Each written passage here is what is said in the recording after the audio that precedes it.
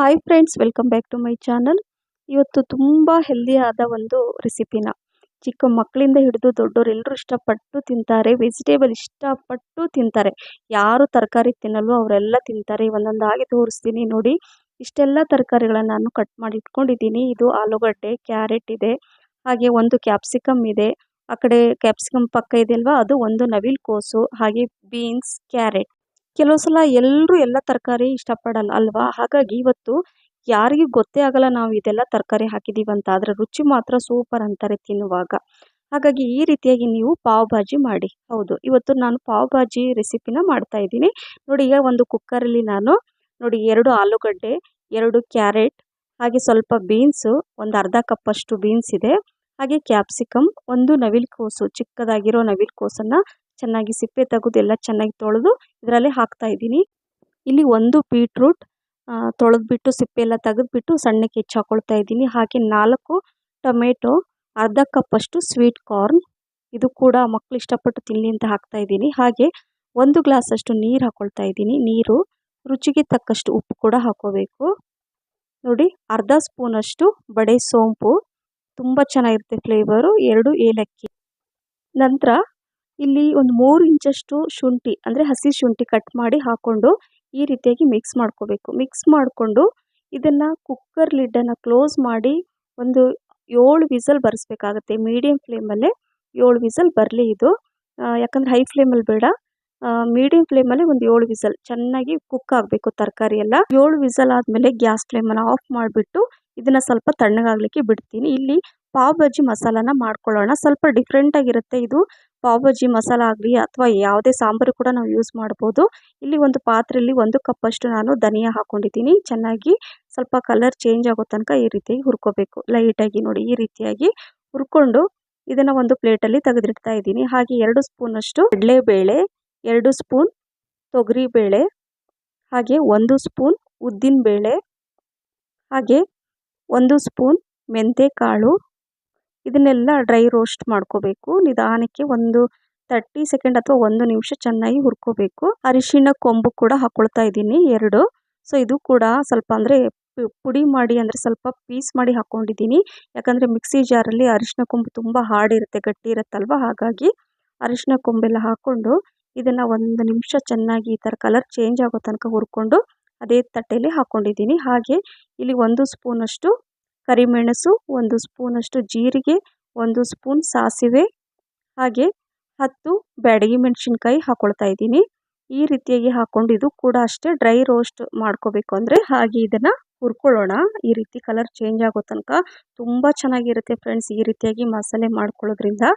ಈ ಮಸಾಲೆ ನೀವು ಯಾವುದಾದ್ರೂ ಪಲ್ಯ, ಸಾಂಬಾರು ಕೂಡ ಯೂಸ್ ಮಾಡ್ಬೋದು. ಹಾಗಾಗಿ ನಾನು ಎಲ್ಲದಕ್ಕೂ ಯೂಸ್ ಆಗಬೇಕು ಆ ರೀತಿಯಾಗಿ ನಾನು ಈ ಪುಡಿನ ಅಂದರೆ ಈ ಮಸಾಲೆನ ನಾನು ನಿಮಗೆ ತೋರಿಸ್ತಾ ಇದ್ದೀನಿ. ಹಾಗೆ ಇಲ್ಲಿ ಕರಿಬೇವು ಸೊಪ್ಪು ಕೂಡ ನಾನು ಹಾಕ್ಕೊಳ್ತಾ ಇದ್ದೀನಿ. ಸ್ವಲ್ಪ ಒಂದು 5-6 ಎಸಳು ಕರಿಬೇವನ್ನು ತೆಗೆದುಬಿಟ್ಟು ಈ ರೀತಿಯಾಗಿ ಕೂಡ ಇದೆಲ್ಲ ಹಸಿ ವಾಸನೆ ಹೋಗೋ ತನಕ ಹುರ್ಕೊಂಡಿದ್ದೀನಿ. ಅದನ್ನು ಕೂಡ ಅದೇ ಪ್ಲೇಟಲ್ಲಿ ಹಾಕ್ಕೊಂಡಿದ್ದೀನಿ.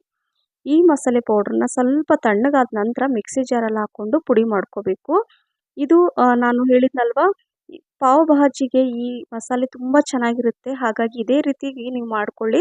ಸ್ವಲ್ಪ ಇಂಗು ಕೂಡ ಹಾಕ್ಕೊಂಡು ಇದನ್ನು ಪೌಡ್ರ್ ಮಾಡ್ಕೊಳ್ಳೋಣ. ಪಾವ್ ಭಾಜಿ ಮಸಾಲ ಅಂದ ತಕ್ಷಣ ನೀವು ಹೊರಗಡೆ ಪ್ಯಾಕೆಟ್ ಮಸಾಲ ತಂದು ಮಾಡೋದಕ್ಕಿಂತ ನೀವು ಈ ರೀತಿಯಾಗಿ ಮಸಾಲೆ ಮಾಡ್ಕೊಳ್ಳಿ, ಎಲ್ಲದಕ್ಕೂ ಯೂಸ್ ಆಗುತ್ತೆ.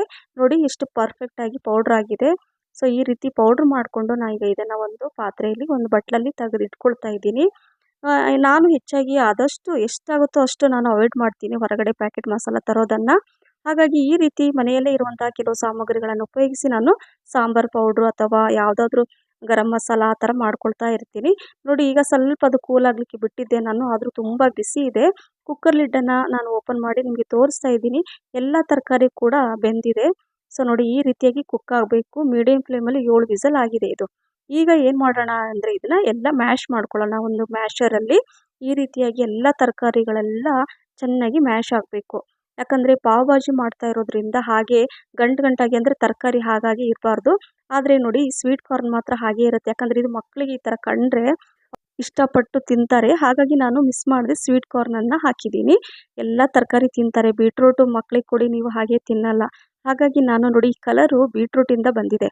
ಹೆಚ್ಚಾಗಿ ನೀವು ಹೊರಗಡೆ ತಿಂತೀರಾ, ಅದರಲ್ಲಿ ಫುಡ್ ಕಲರ್ ಎಲ್ಲ ಆ್ಯಡ್ ಮಾಡಿರ್ತಾರೆ. ಆ್ಯಕ್ಚುಲಿ ಅದೆಲ್ಲ ನಮ್ಮ ಹೆಲ್ತ್ಗೆ ಒಳ್ಳೆಯದಲ್ಲ. ಸೊ ಈಗ ಅದು ಚೆನ್ನಾಗಿ ಕುದೀತಾ ಇರುತ್ತೆ ಸೈಡಲ್ಲಿ ಕುಕ್ಕರಲ್ಲೇ. ಈಗ ಅದಕ್ಕೆ ಒಗ್ಗರಣೆ ಕೊಡೋಣ. ಇಲ್ಲಿ ತುಪ್ಪದ ಒಗ್ಗರಣೆನ ಕೊಡ್ತೀನಿ ನಾನು. 2 ಸ್ಪೂನಷ್ಟು ತುಪ್ಪ ಹಾಕ್ಕೊಂಡಿದ್ದೀನಿ.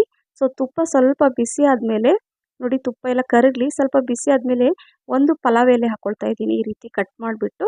ಹಾಗೆ ಸ್ವಲ್ಪ ಅರ್ಧ ಸ್ಪೂನಷ್ಟು ಬಡೆ ಸೊಪ್ಪು, ಆಮೇಲೆ ಇಲ್ಲಿ ಕಾಶ್ಮೀರಿ ರೆಡ್ ಚಿಲ್ಲಿ ಅಂದರೆ ಬ್ಯಾಡಗಿ ಮೆಣಸಿನ್ಕಾಯಿ ನಾನು ಪುಡಿ ಮಾಡಿ ಇಟ್ಕೊಂಡಿದ್ದೀನಿ. ಅದು ಕಲರ್ಗೆ ತುಂಬ ಚೆನ್ನಾಗಿ ಬರುತ್ತೆ. ಹಾಗೆ ನಾವು ಮಸಾಲೆ ಮಾಡಿ ಇಟ್ಕೊಂಡಿದ್ವಲ್ವ ಪಾವ್ ಭಾಜಿ ಮಸಾಲ, ಅದನ್ನು ನಾನು 2 ಸ್ಪೂನಷ್ಟು ಹಾಕ್ಕೊಂಡಿದ್ದೀನಿ ನೋಡಿ. ಇದೇ ಮಸಾಲೆ ನಾನು ಇದರಲ್ಲಿ ಹಾಕ್ಕೊಳ್ತಾ ಇರೋದು, ಬೇರೆ ಯಾವ ಪ್ಯಾಕೆಟ್ ಮಸಾಲೆ ಕೂಡ ಯೂಸ್ ಮಾಡ್ತಾ ಇಲ್ಲ. ಅದಕ್ಕೆ ನಾನು ನಿಮಗೆ ಹೇಳಿದೆ ಇದು ಆರೋಗ್ಯಕರವಾದ ಒಂದು ರೆಸಿಪಿ ಅಂತ. ಈ ರೀತಿಯಾಗಿ ಮಾಡಿಕೊಂಡು ಸ್ವಲ್ಪ ತುಪ್ಪದಲ್ಲಿ ಒಂದು 30 ಸೆಕೆಂಡ್ ಮಿಕ್ಸ್ ಮಾಡ್ಕೊಳ್ಳಿ. ಜಾಸ್ತಿ ಹೊತ್ತೆಲ್ಲ ಬೇಡ, ಅದು ಸುಟ್ಟೋಗೋ ಚಾನ್ಸಸ್ ಇರುತ್ತೆ ತುಂಬ ಬಿಸಿ ಆದರೆ ತುಪ್ಪ. ಈಗ ಕುದೀತಾ ಇರೋ ಎಲ್ಲ ತರಕಾರಿಯಲ್ಲಿ ನಾನು ಇದನ್ನು ಹಾಕ್ಕೊಳ್ತಾ ಇದ್ದೀನಿ. ಹಾಕ್ಕೊಂಡು ಸ್ವಲ್ಪ ನೋಡಿ ಈ ರೀತಿ ಹಾಕ್ಕೊಂಡು ಒಂದು ಸ್ವಲ್ಪ ನೀರು ಹಾಕ್ಕೊಳ್ಳೋಣ. ಯಾಕಂದರೆ ಅದರಲ್ಲೆಲ್ಲ ತುಪ್ಪ ಇರುತ್ತೆ, ಆಮೇಲೆ ಎಲ್ಲ ಮಸಾಲೆ ಇರುತ್ತಲ್ವ. ಒಂದು ಸ್ವಲ್ಪ ನೀರು ಹಾಕ್ಕೊಂಡು ಈಗ ಇದರಲ್ಲಿ ಚೆನ್ನಾಗಿ ಮಿಕ್ಸ್ ಮಾಡ್ಕೊಳ್ಳೋಣ. 1 ನಿಮಿಷ ಅಥವಾ 2 ನಿಮಿಷ ಚೆನ್ನಾಗಿ ಆ ಮಸಾಲೆಯಲ್ಲಿ ಈ ತರಕಾರಿ ಎಲ್ಲ ಕುಕ್ ಆಗಬೇಕು. ನೋಡಿ ಈ ರೀತಿಯಾಗಿ ಚೆನ್ನಾಗಿ ಎಷ್ಟು ಕುದಿಸ್ತೀವಲ್ವ ಅಷ್ಟು ಚೆನ್ನಾಗಿ ಈ ಪಾವ್ ಭಾಜಿ, ಈ ಭಾಜಿ ತುಂಬ ರುಚಿಯಾಗಿ ಬರುತ್ತೆ. ಸ್ವಲ್ಪ ಉಪ್ಪು ಕಮ್ಮಿ ಅನಿಸ್ತು, ಹಾಗಾಗಿ ಉಪ್ಪು ಕೂಡ ಹಾಕ್ಕೊಳ್ತಾ ಇದ್ದೀನಿ. ನೋಡಿ, ಇದು ಇನ್ನೂ ರುಚಿ ಜಾಸ್ತಿ ಮಾಡಲು ನಾನು ಏನು ಮಾಡ್ತಾ ಇದ್ದೀನಿ ಅಂದರೆ ಪನ್ನೀರನ್ನು ಹಾಕ್ತಾ ಇದ್ದೀನಿ. ಈ ರೀತಿ ಪನ್ನೀರನ್ನು ನಾನು ನೋಡಿ ಈ ರೀತಿಯಾಗಿ ತುರ್ಕೊಂಬಿಟ್ಟು ಹಾಕ್ಕೊಂಡ್ರೆ ಏನಂದರೆ ನೀವು ತಿನ್ನುವಾಗ ಎಷ್ಟು ರುಚಿ ಬರುತ್ತಂದರೆ ಒಂದೊಂದು ತರಕಾರಿದು ಫ್ಲೇವರ್ ಬರುತ್ತೆ. ಹಾಗೆ ಅದ್ರ ಜೊತೆ ಈ ಪನ್ನೀರ್ ಕೂಡ ತುಂಬ ಚೆನ್ನಾಗಿರುತ್ತೆ. ನೋಡಿ, ಪರ್ಫೆಕ್ಟ್ ಆದ ಈ ಹೆಲ್ದಿಯಾದ ಈ ಪಾವ್ ಭಾಜಿ ರೆಡಿ ಆಯಿತು. ಸೊ ಈಗ ಇದನ್ನು ಸೈಡಲ್ಲಿ ಎತ್ತಿಟ್ಬಿಡೋಣ. ಆದರೆ ಸಿಮ್ಮಲ್ಲಿ ಇಟ್ಟಿದ್ದೀನಿ, ಬಿಸಿ ಇರಬೇಕು. ಹಾಗಾಗಿ ಅದು ಸಿಮ್ಮಲ್ಲೇ ಸ್ವಲ್ಪ ಬಿಸಿ ಆಗ್ತಾ ಇರಲಿ, ತಣ್ಣಗಾಗಬಾರ್ದು ಅಂತ.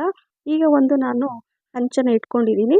ಈಗ ಇದರಲ್ಲಿ 1 ಸ್ಪೂನಷ್ಟು ತುಪ್ಪ ಹಾಕ್ಕೊಂಡಿದ್ದೀನಿ. ತುಪ್ಪ, ಸ್ವಲ್ಪ ಖಾರದ ಪುಡಿ, ಹಾಗೆ ಪಾವ್ ಭಾಜಿ ಮಸಾಲ ನಾನು ತೋರಿಸಿದ್ನಲ್ವ ಅದೇ ಮಸಾಲೆ ಇದು ಹಾಕ್ಕೊಂಡು ಈ ರೀತಿ ಮಿಕ್ಸ್ ಮಾಡ್ಕೋಬೇಕು. ನಂತರ ಇಲ್ಲಿ ಪಾವನ್ನು ನಾನು ಈ ರೀತಿ ಕಟ್ ಮಾಡಿಬಿಟ್ಟು ಈ ರೀತಿಯಾಗಿ ಮಸಾಲೆಯಲ್ಲಿ ಸ್ಪ್ರೆಡ್ ಮಾಡ್ತಿದ್ದೀನಿ. ಸ್ವಲ್ಪ ಬಿಸಿ ಆಗಬೇಕು. ನಂತರ ನೋಡಿ, ಎರಡೂ ಕಡೆ ಈ ರೀತಿಯಾಗಿ ಲೋ ಮೀಡಿಯಂ ಫ್ಲೇಮಲ್ಲಿ ಈ ರೀತಿಯಾಗಿ ಎಲ್ಲ ಮಸಾಲೆ ಅಂದರೆ ತಿನ್ನುವಾಗ ಏನಾದರೂ ಸಪ್ಪೆ ಸಪ್ಪೆ ಅನ್ನಿಸ್ಬಾರ್ದು. ಈ ರೀತಿಯಾಗಿ ನಾನು ಪಾವ್ ಕೂಡ ರೆಡಿ ಮಾಡಿ ಇಟ್ಟಿದ್ದೀನಿ ನೋಡಿ.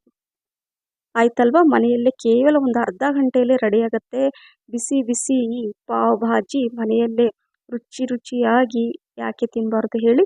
ಚಿಕ್ಕ ಮಕ್ಕಳಿಂದ ಹಿಡಿದು ದೊಡ್ಡವರು ಎಲ್ಲರೂ ಇಷ್ಟಪಟ್ಟು ತಿಂತಾರೆ. ಅದ್ರ ಮೇಲೆ ಸ್ವಲ್ಪ ಈ ರೀತಿಯಾಗಿ ಪನ್ನೀರ್ ತುರಿದ್ಬಿಟ್ಟು ಕೊಡಿ. ಯಾಕೆ ಮಕ್ಕಳು ತಿನ್ನಲ್ಲ ಮನೆಯಲ್ಲಿ ಮಾಡಿಕೊಟ್ರೆ. ಹಾಗಾಗಿ ಆದಷ್ಟು ಹೊರಗಡೆ ತಿನ್ನೋದನ್ನು ಅವಾಯ್ಡ್ ಮಾಡಿ, ಮನೆಯಲ್ಲೇ ಈ ರೀತಿಯಾಗಿ ಮಾಡಿ ತಿನ್ನಿ ಅಂತ ಹೇಳ್ತಾ, ಈ ರೆಸಿಪಿ ನಿಮಗೆ ಇಷ್ಟ ಆಗಿದ್ದರೆ ಲೈಕ್, ಶೇರ್, ಕಮೆಂಟ್ಸ್ ಮತ್ತು ಸಬ್ಸ್ಕ್ರೈಬ್ ಮಾಡೋದನ್ನು ಮರಿಬೇಡಿ. ಹಾಗೆ ನಿಮ್ಮ ಫ್ರೆಂಡ್ಸ್ ಮತ್ತು ಫ್ಯಾಮಿಲಿ ಕೂಡ ಶೇರ್ ಮಾಡಿ. ನನ್ನ ಫೇಸ್ಬುಕ್ ಪೇಜ್ ಫಾಲೋ ಮಾಡೋದನ್ನು ಮರಿಬೇಡಿ ಅಂತ ಹೇಳ್ತಾ ಇದ್ದೀನಿ ಫ್ರೆಂಡ್ಸ್. ನೋಡಿ, ಈ ಬಿಸಿ ಬಿಸಿ ಪಾವ್ ಜೊತೆ ಈ ಆರೋಗ್ಯಕರವಾದ ಭಾಜಿ, ವಾವ್! ತಿಂತಾ ಇದ್ದರೆ ನಿಜವಾಗ್ಲೂ ಬಾಯಿ ಚಪ್ಪರಿಸಿ ತಿಂತೀರಾ. ಇದರ ರುಚಿ ಒಮ್ಮೆ ತಿಂದರೆ ಮರೆಯೋದೇ ಇಲ್ಲ ಫ್ರೆಂಡ್ಸ್. ಹಾಗಾಗಿ ನೀವು ಮಾಡಿ ಅಂತ ಇನ್ನೊಂದು ಸಲ ಹೇಳ್ತಾ, ಮತ್ತೆ ಇನ್ನೊಂದು ಆರೋಗ್ಯಕರವಾದ ರುಚಿಯಾದ ರೆಸಿಪಿ ಜೊತೆ ಸಿಗ್ತೀನಿ. Thank you for watching. Bye, take care.